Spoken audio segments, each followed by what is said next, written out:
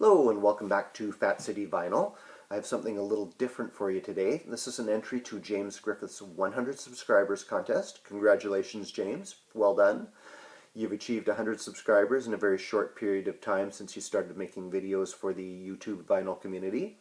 And you've been a great addition. You always have some great comments, interesting perspectives, and just great stories to share. So it's been nice to having you around. Now, you were talking about music that reminds you of old friends or memories of the past.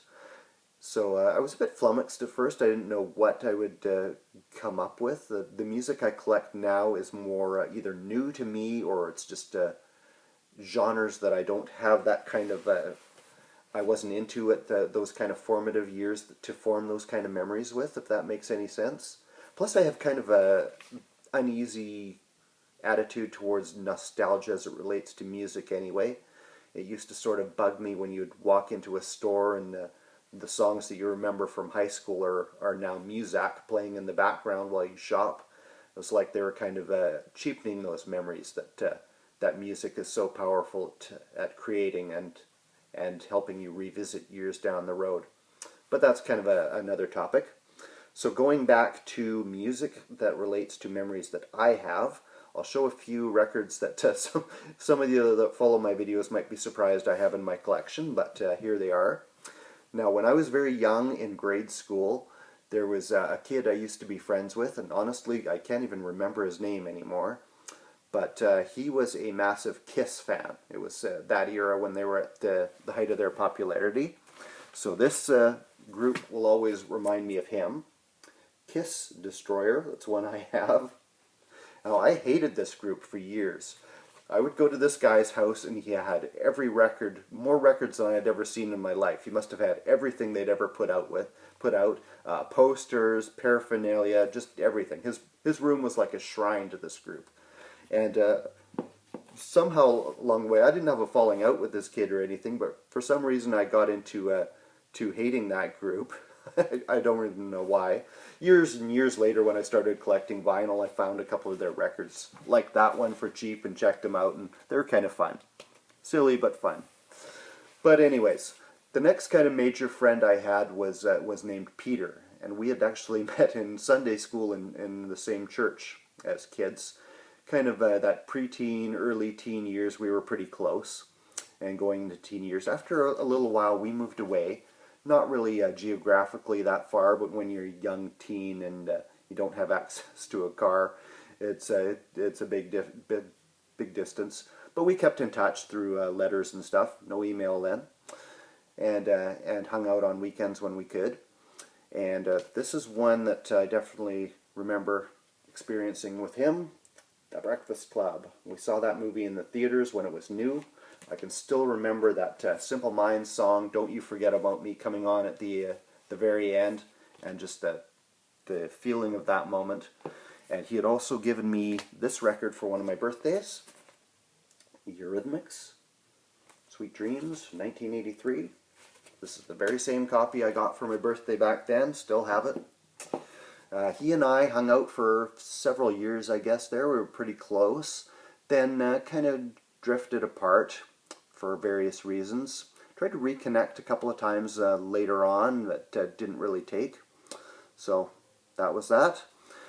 Later on, moving forward, going through high school, getting out of high school, getting into jobs, got in with some other friends. There was one friend I used to hang around with, and he had this other friend who was named Chris McGee that I met through him. Now, the three of us used to hang around with Chris for a while there. Chris was quite a different sort of guy that we were used to hanging around with. He was a total gearhead. He had this souped-up Volkswagen Golf that he had basically built himself from the wheels and the chassis on up. He had built that car from scratch. That was his pride and joy. He sunk every dollar he earned into parts for that car. So weekends and evenings we would sometimes we'd go over to his place and hang out and not do too much, but what we really wanted to do was pile in his car and we would just bomb around all over town. It would he was a guy that would drive like a race car driver on the Autobahn. He was never unsafe. He always he knew exactly what that car was capable of. He'd built it himself, but he liked to drive fast, never reckless, but he knew what he was doing. He was always in control, but he definitely got a few speeding tickets. He was always one step ahead of losing his driver's license. So getting pulled over by the police for speeding was kind of a regular routine of our evenings. But we would just bomb around, sometimes go to some bar or other. Other times just boot around all over the city, no particular destination, just wherever he felt like going. And he was the sort of guy that could talk to anybody in any situation, which was sort of an ability me and my other friend did not have. So he could hang with us, and you know, he could talk to the bikers in the McDonald's drive-through at 1 a.m. or the waitress in Denny's in the middle of the night. So any night out with him was kind of an adventure. I remember a bottle getting chucked at the car one time from somebody he annoyed. Another time we got pulled over by the police, and instantly there was like four police cars surrounding us with their lights and sirens going. So which we thought was a bit overkill for speeding, but it turned out they were looking for somebody that had committed a robbery of a convenience store or something in the area, and they quickly let us go. But whenever he got pulled over, he was always polite and respectful to the police. So we hung around with him, had these kind of adventures. I remember one time we were at the top of a snowy ski resort mountain in town there, in the fog so thick you couldn't barely see where you were going, and trying to drive down this mountain in his car. So he and this other friend, they had gone on a road trip to California, which there was some talk about me coming along with them, and I either hemmed and hawed and didn't give them a definite answer, or wasn't sure if I could get the time off work or whatever it was. But the two of them just up and went off on their own. Had a reasonably good trip from what I understand, but they had some kind of falling out over expenditures and money. Like I said, this was a guy who spent every dollar he earned on his car, so they had some kind of falling out, and I saw him a couple of times after that. He kind of wanted to keep the lines of communication open, but for whatever reason, either out of a sense of loyalty to my other long-standing friend or whatever, we kind of lost touch. But whenever I see these records, I will think of him and those nights bombing around in his car. This was a U2 Rattle and Hum around the time it was out. It wouldn't have been vinyl we were listening to. We would have probably been listening to his cassette tape deck, but I can still hear him imitating Bono's little monologue there. Am I bugging you? I don't mean to bug ya. Another one we were definitely, I definitely specifically remember cranking in the car, bombing around on those nights, was Nirvana, Nevermind. I was sort of vaguely aware of it.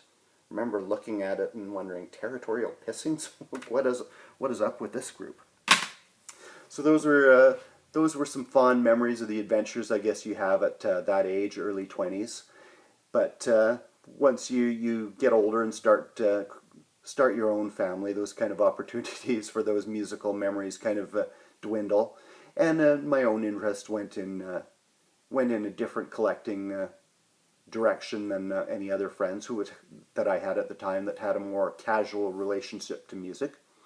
But I thought I would share one more with you just from this very day, actually. We're in the car, the littlest one in the back. We're on our way to the school to pick up my oldest child, and it was raining outside. And what comes on the radio but In the Rain by the Dramatics, which I picked this one up a couple of years ago, probably not long before I started making BC videos.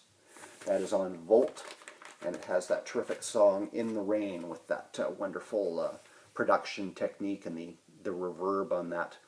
So that was just kind of one of those neat little moments that can help create a memory that you can re-experience for years to come. That music is so powerful at helping you remember and experience those little moments in life. Okay, James, that's my entry to your contest. Hope everybody enjoyed. Cheers, guys.